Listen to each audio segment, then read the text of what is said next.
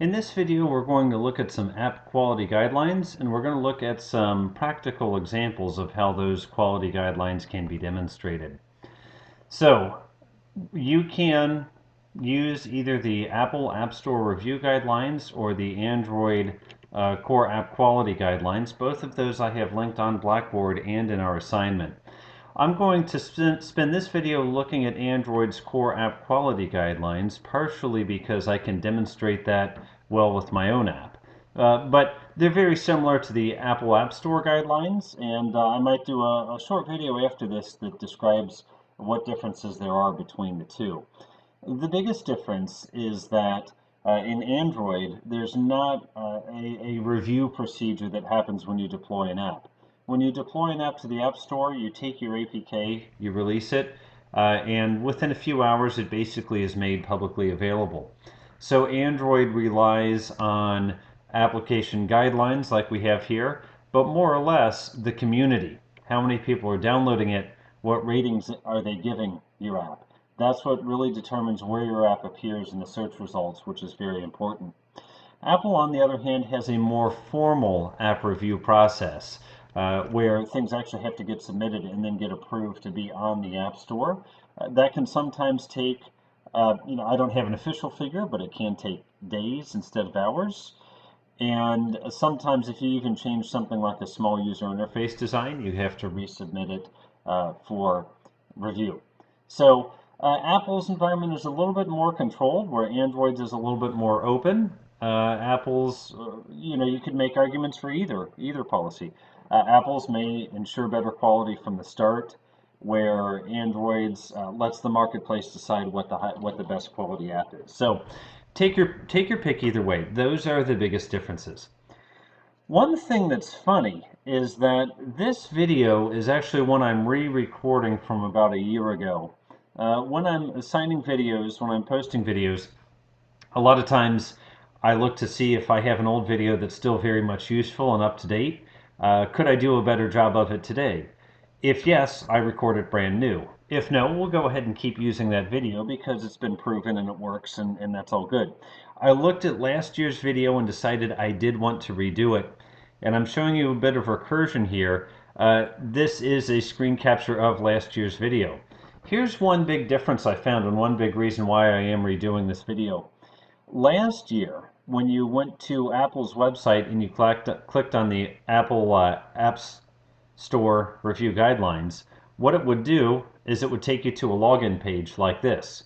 And so I went ahead and registered, and then I went out, came back, tried to access the quality guidelines again, and I got this message that was, sorry, you cannot access this page. And it says the Apple ID you have signed in with does not have permission to view this page. Now, what's funny about that is, first of all, I didn't really know why I didn't have access because I did sign up with a developer account. But secondly, this screen alone violates their own quality guidelines because you see it's very verbose. It has a lot of words in it, and it doesn't tell me how to fix the issue. It doesn't tell me how to get permission.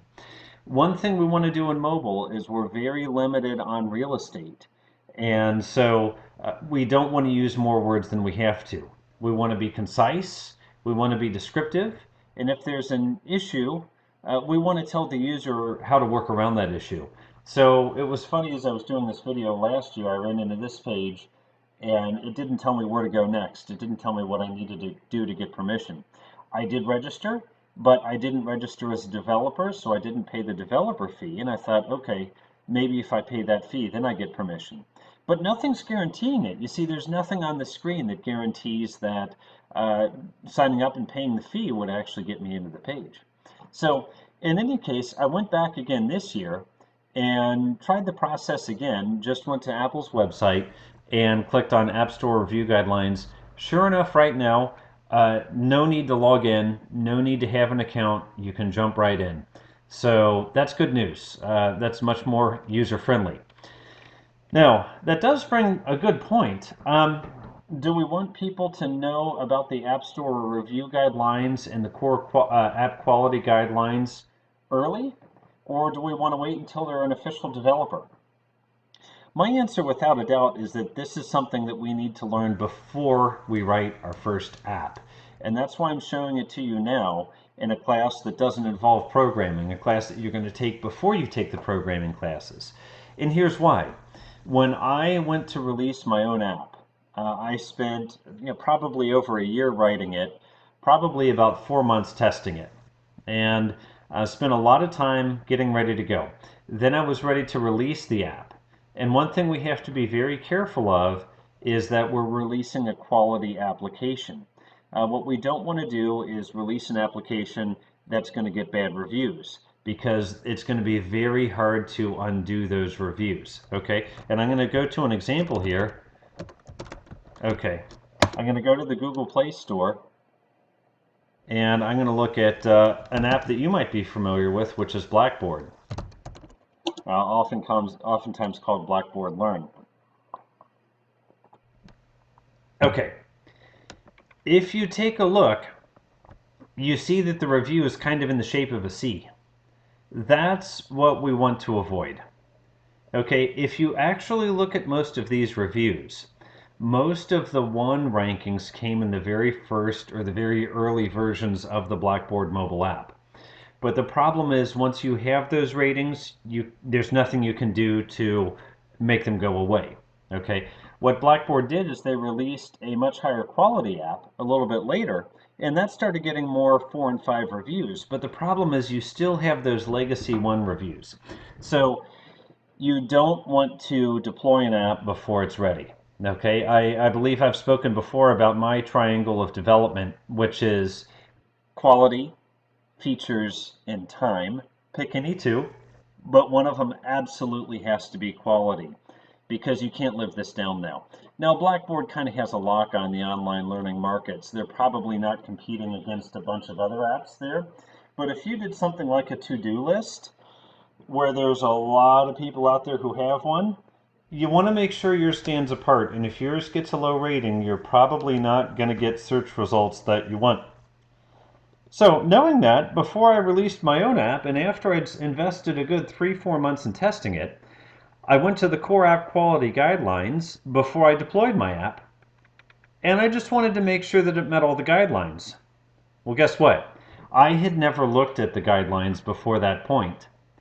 And there were a lot of things that I violated that I didn't even know. And that's why I say it's really important now, before you even develop your first app, that you're aware of what these guidelines are. So that's why I want to step through some of these and give a little description, or maybe some examples where possible, of a good design, or how I implemented the design, or mistakes that I made, and some I've fixed, some I still have yet to fix. Okay. In your homework assignment, by the way, I would like you to actually specify these IDs when you review an app. So UXB1 for Android, or for Apple. For Apple, you see it has functionality. It has like 2.7. So in your homework, I'd like you to cite the specific, I don't know what you would call this, but the specific line number for Apple, or the quality ID for Android. And again, you can mix and match. You don't have to use only Android to, judge an Android app, or only Apple to judge an Apple app. Okay.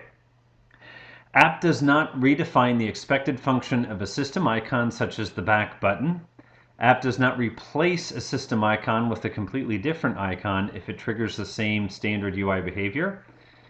If the app provides a customized version of a standard system icon, the icon strongly resembles the system icon and triggers the standard system behavior. App does not redefine or misuse Android UI patterns, such that icons or behaviors could be misleading or confusing to users.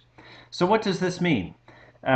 This means that we can't duplicate buttons that are on the Android device already.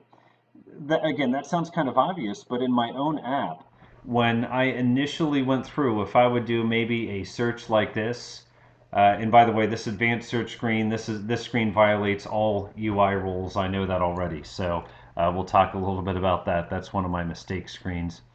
But if we would go, so I'll say Hearts of Gold Redbud, and then I'll search.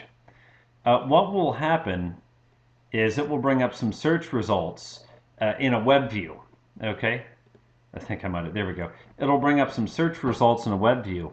Initially, so this web view is just a view in plantplaces.com. Initially, I had a back button hard coded right here, right at the top of this web view. But you know what? The user already knows to use this back button here. So having a back button here is redundant. Not only is it redundant, but it consumes very valuable screen real estate. You see, it's a bit of a challenge to fit a lot of good information onto a mobile app. So that's why we want to be simple. That's why we don't want to duplicate any buttons that already exist. On the same note, we don't want to change what happens when we click any of these onboard buttons. There's an app that I use. I'll give you another example here. There's an app that I use called Titan TV. I use the website all the time. I downloaded their mobile app, and what's interesting is again, it has almost that C-shaped pattern, which isn't uncommon, honestly, to have that C shape, because whoever goes on and rates something a 3, you know, it's rare that somebody actually intentionally goes, and you usually only give feedback if you really like something or really don't like something. Well, sure enough, will not close on Nexus 5. When I looked at a lot of the reviews here, a lot of them said the app doesn't close. And I went ahead and installed it. I thought, well, how was that? Sure enough, the only way to close the app is to go home, hold the home button, then swipe the app off using the task manager. The back button doesn't work. Uh, that's kind of mysterious to me. Why would someone intentionally remove the back button? So that's essentially what it's telling you here is you can't redefine any of those buttons. Okay. Again, UXNI1 app supports standard back button navigation and does not make use of any custom on-screen back button prompts. Listen, that one's good to know because it's easy to try to duplicate that in your own app. All dialogues are dismissible using the back button. Pressing the home button at any point navigates to the home screen of the device. So those are all those onboard buttons. We want to keep them doing what they're meant to be doing. Notifications. Okay, notifications. Multiple notifications are stacked into a single notification object where possible. So in other words, what happens a lot if I open a PowerPoint or a Word document, let me see if I can find one here. And this is particularly annoying. I've just opened one, and this happens quite a bit. You get one dialog box that says the command can't be performed because the dialog box is open. Please close the open dialog box to continue. The open dialog box is the one that's telling me it's opening the document. You see the irony there? So it won't actually open the document until I press OK here and press cancel here. Then it will open the document. Now, the trick is that, and there we go, finally clone the existing Git project. So the trick is that those shouldn't be two different dialogues because they're conflicting with each other, and that requires that I take extra steps to fix it. Okay. Notifications are only persist. Notifications are persistent only if related to ongoing events such as music playback or phone call.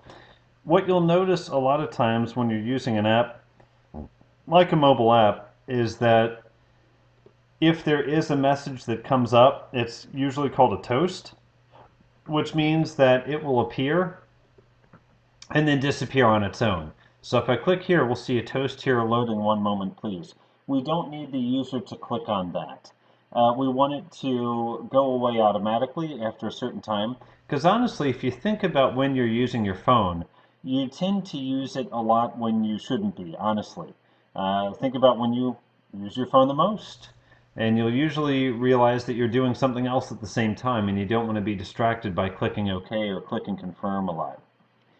Notifications do not contain advertising or content unrelated to the core function of the app unless the user has opted in.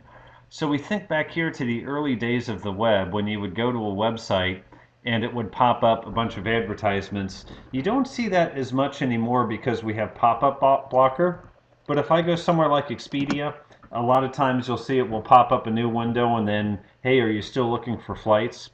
So we don't see that as much as we used to, but we've also learned from that. In the old days of the web, you could, put up whatever you wanted in a pop-up window, And so a lot of times websites would force advertisements on you by continuously popping them into your face. So now that we know that, we can't do that in Android apps.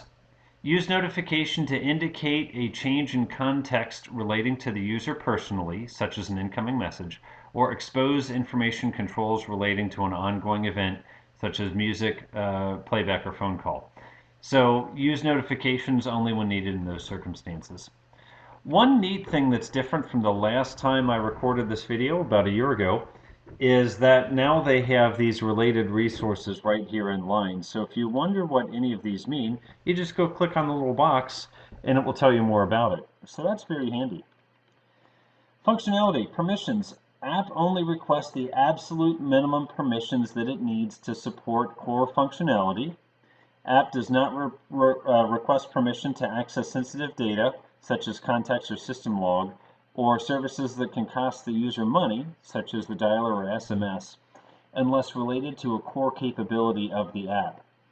If you look on the App Store now, a lot of times when you look at an app, it will tell you, okay, here are their permissions that are required. So for example, for Titan TV, location, Wi-Fi connection, device ID and call information, and other full network access, view network connections. Some of these make sense. For location, it's going to want to know roughly my GPS so it can recommend for me what television stations I'd like to watch. Wi-Fi connection, okay, again, it might want to know about the Wi-Fi to know if it can broadcast over Wi-Fi. Let's take a look at Blackboard. If we look at Blackboard, we go to permissions, view details, probably going to get a lot more here. In-app purchases, identity, contacts caller, photos, media files, device ID, call information, whole bunch of other things. So what's interesting about the development process is how do we specify which permissions we need? Well, we have to. I'm going to take you here to Plant Places Mobile, and I'm going to go to something called the Android Manifest. Now, I know, this isn't a programming class. I don't expect you to know what this looks like or know what an Android Manifest is. But I do want to show you one area. If you look here, you'll see a bunch of XML elements that are called uses permission. And these are all of the permissions that are required for Plant Places Mobile. If I did not have this Android permission camera, the app would not toggle the camera. Okay, so in other words, when we go to search by color, if I go back to search by color, one of the options is to take a new photo.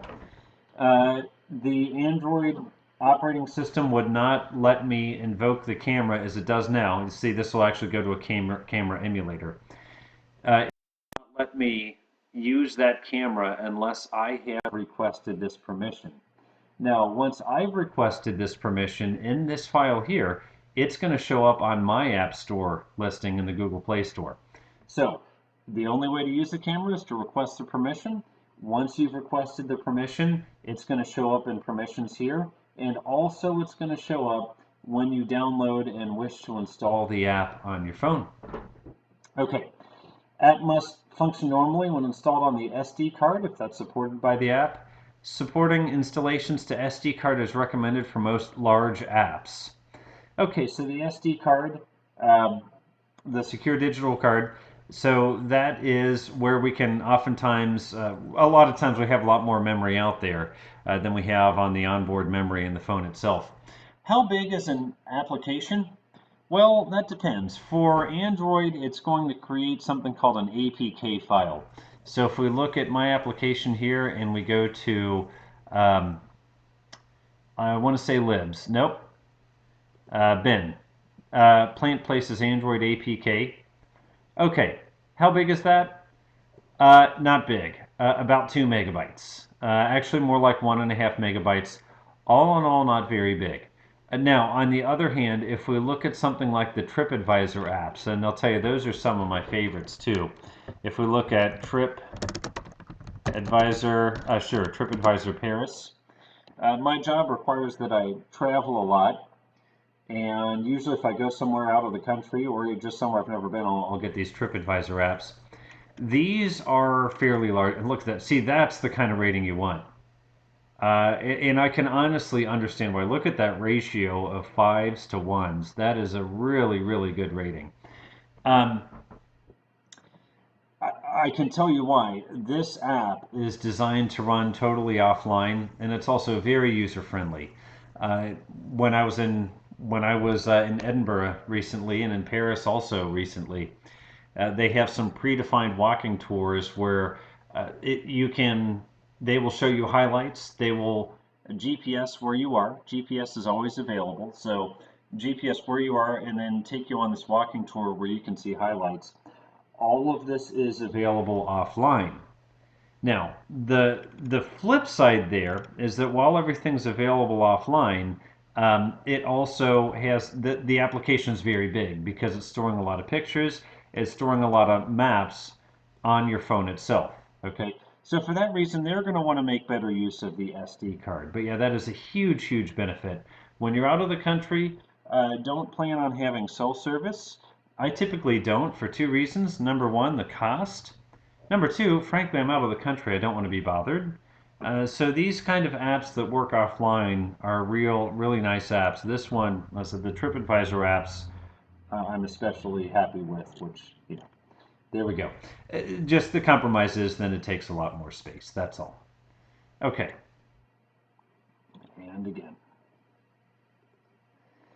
Okay, audio. Audio does not play when the screen is off unless that is a core feature for the example the app as a music player.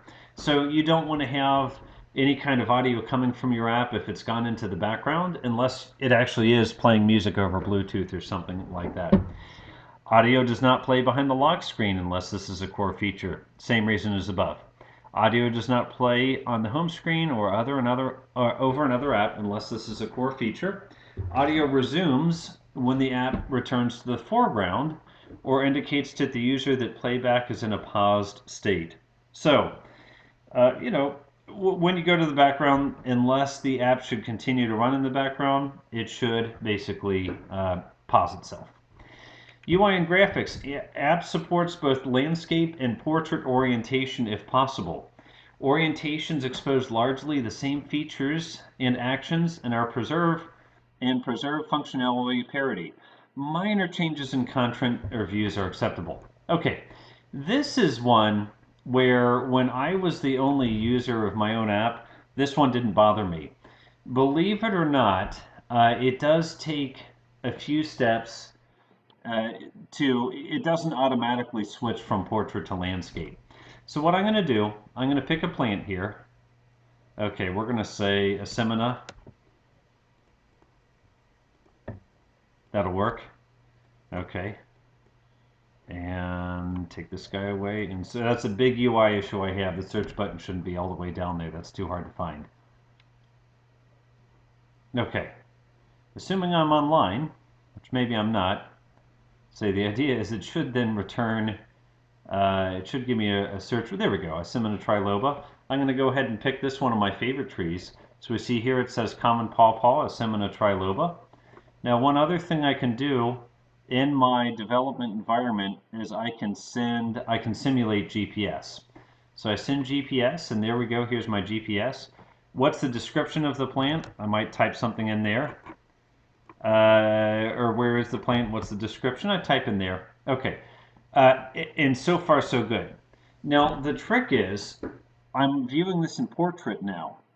If I hold Control F11 using Eclipse, what it's going to do is it's going to take the phone and turn it sideways, and in just a few minutes or just a few moments, it's going to actually reconfigure everything on this UI to use landscape mode. And trust me, this works on the live app if you have the live app.